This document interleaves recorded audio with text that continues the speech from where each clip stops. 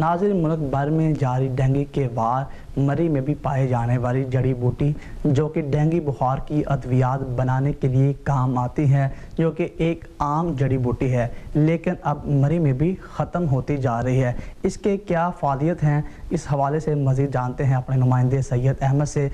جی بالکل، اس وقت میں موجود ہوں ملکہ کوثار مری کوثار یونیورسٹی کے مقام پر، اور جو ملک بھر میں جاری ڈینگی کے وار ہیں وہ جاری ہیں، جس کی وجہ سے جو ہے ہاسپٹل میں ڈینگی بخار کے جو ہے لوگ ہیں ان کی تعداد میں اضافہ ہو رہا ہے۔ اس وقت جو ہے کوثار یونیورسٹی میں ایک سٹال باٹنی کا لگایا گیا ہے، جہاں پر جو ہے ٹیچر جو ہے وہ آگاہی فراہم کر رہے ہیں۔ اس میں ایک جڑی بوٹی ہے، اس کے حوالے سے جانتے ہیں انہی مس سے کہ وہ کس طرح سے اثر کرتی ہے اور کس طرح سے یوز کی جا سکتی ہے بخار کی۔ Thank you, I am Javeria Naz from botany department, Kohsar university Murree.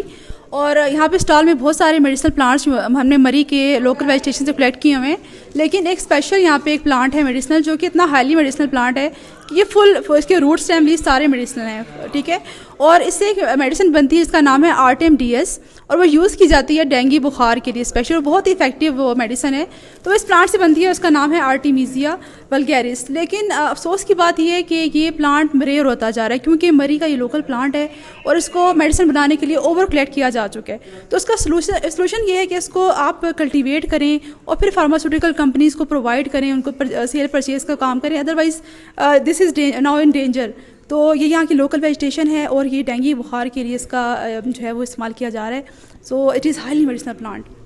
Thank you. جیسے کہ میں نے آپ کو بتایا کہ ایک بہت ہی مفید پلانٹ ہے، اور اگر یہ جو ہے مری میں کم ہوتا جا رہا ہے، اور لوگوں سے اپیل کی ہے کہ وہ اپنے گھروں کے باہر اور دیگر جگہوں پر بھی اس کا جو ہے وہ لگائیں، تاکہ جو ہے اس سے ہم لوگ زیادہ سے زیادہ مفید ہو سکیں لوگ۔ جی